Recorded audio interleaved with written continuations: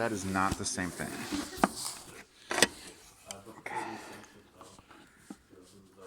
This is like the most professional video ever.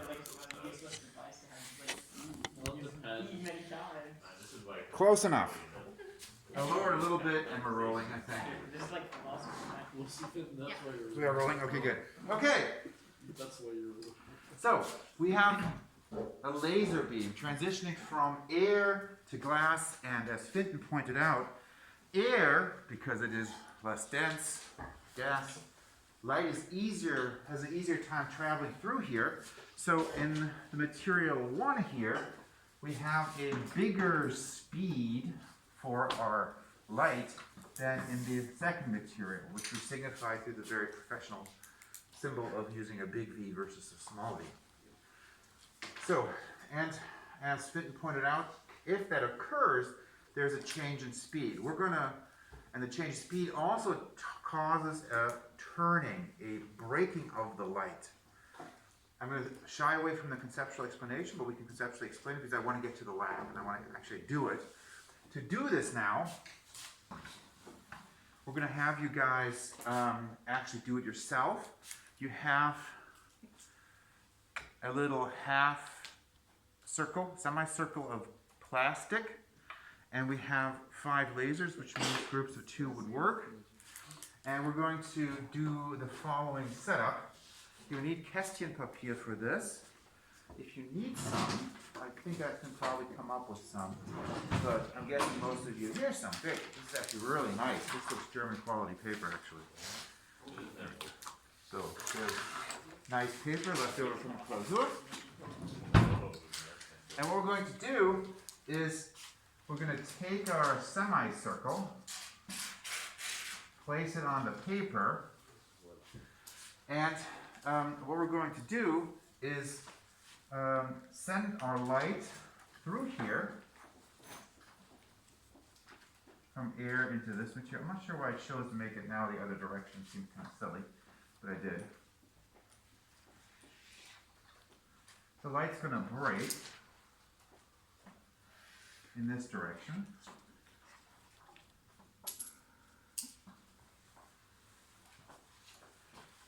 And we're going to measure the incoming angle here. This is theta 1, and that's the outgoing angle, theta 2. So, in all practicality, things you have to watch out for here are, first of all, you need to make sure that the light actually hits the center of this piece right here. Okay, so it hits the center of the actual circle. So you need to make sure that when you place this on the Kästchen papier, this is, here we go. Yeah, it's exactly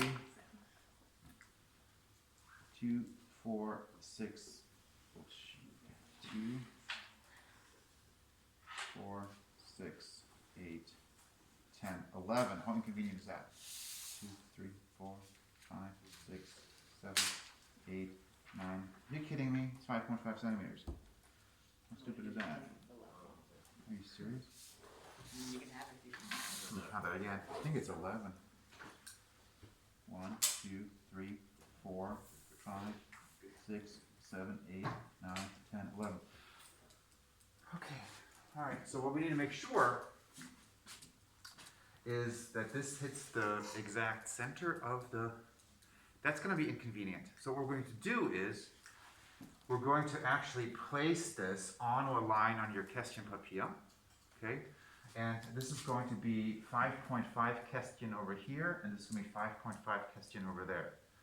So you kind of got to make sure the ends of this are at the middle of a box. That's going to be the best because you're going to have to hit it on that spot right there. You have to draw it with 5.5 Kästchen exactly. Yes. Does the height matter? Like the... Okay, so then we have it centered and it needs to stay on this line. So you're going to have basically draw this line in on your thing with jigger and draw this line in on there. Yeah, makes sense? Make sure you have it centered on there and it has to be right on it. Okay? Now, in terms of measuring the angle, we're not going to use a protractor. Okay? Because it's going to be very imprecise. Instead, we're going to use trigonometry. And what we're going to do is, wait. Is that what we're going to do? Not sure yet. Okay, here's how we, You need to know the initial angle. yes, correct. So here's what we're going to do. To mark the position on the paper, what we're going to do is we're going to take a little marker and mark a point right here. And then mark a point over here where it comes out. Okay? And then when you do it a second time, it won't be a different color, but just we're going to do it a different color. To show this, we do this again. Okay, you mark the second spot like this, make a point right there, point 2, and then over here, this is point 2 there, the associated point on the other side, in order to be able to then, after you've completed the experiment on the paper, to be able to draw on the lines and then figure out the angles. You could actually, I'm not sure about the ruler, the geodrive for the angles. It might be more precise to use trigonometry by using the lengths. Not sure. Well, the lengths are also going to be like, because the margin of error for something this small is also like the same as an angle for you. Maybe. Maybe. I'm gonna leave that up to you. Okay. Okay? Is that basic idea clear? Okay. And just in terms of the paper, how to get the points down here. So if you have you cannot see, that seems dumb, but you can't see light unless there's something to reflect off. So you need to make sure that you mark the location with a sharp pencil. I don't have a sharp pencil or a pen. Let me see. Here's a pen. So,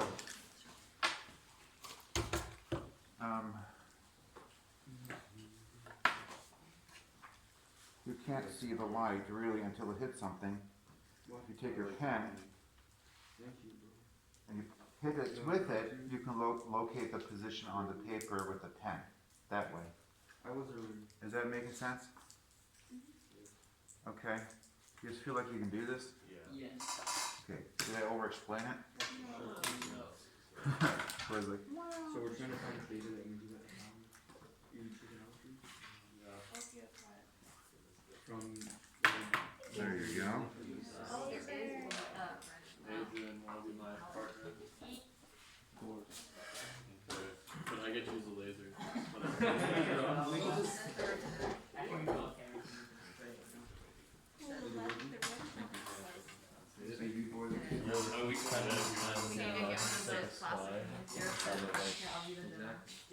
Not today. Russians. take the laser away from the child. Hey, Princess. Okay, you guys cool? You know what you're doing? Yes, Okay. I'm growing. So, I'm gonna wait for you guys. Oh wait, here they are. Hang on, hang on, hang on. I got a pen. I will. Is that good enough? I think so. Alright.